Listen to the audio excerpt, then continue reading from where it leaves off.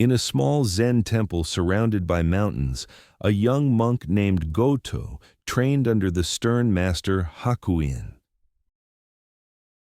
Hakuin was known for assigning koans, impossible riddles meant to shatter logical thought. One morning he called Goto and said, "You have heard the sound of two hands clapping.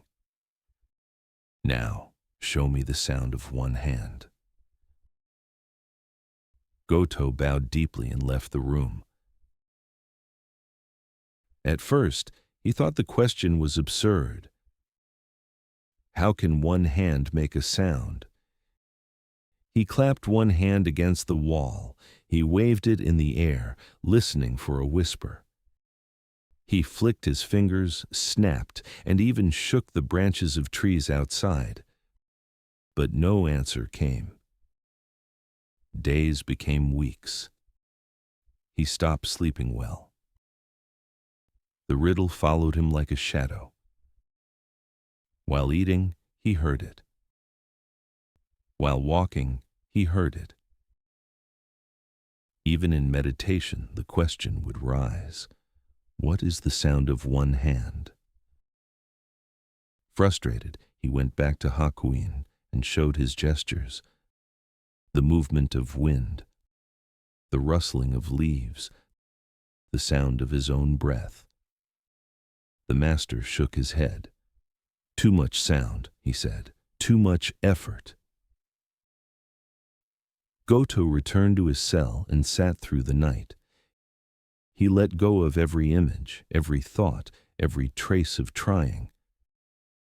Then, as the first light of dawn entered through the window, he felt something.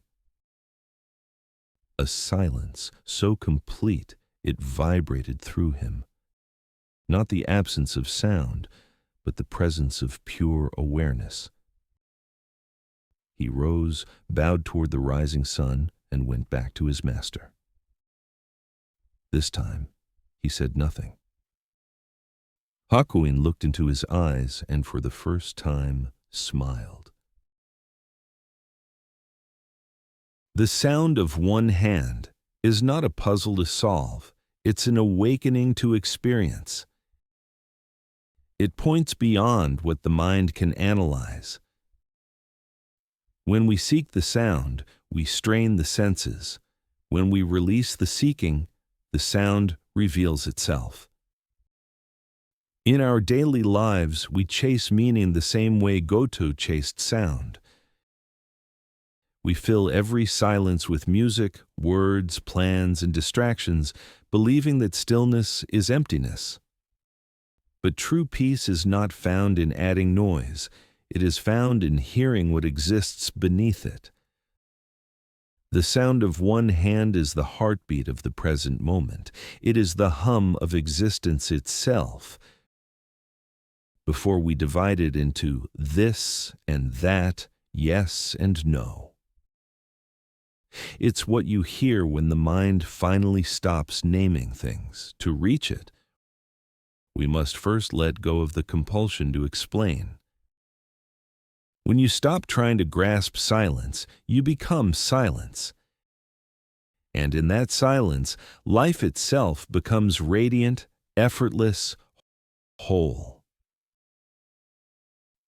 Next time you sit quietly, close your eyes and listen, not for something specific, but for the vastness that holds all sounds.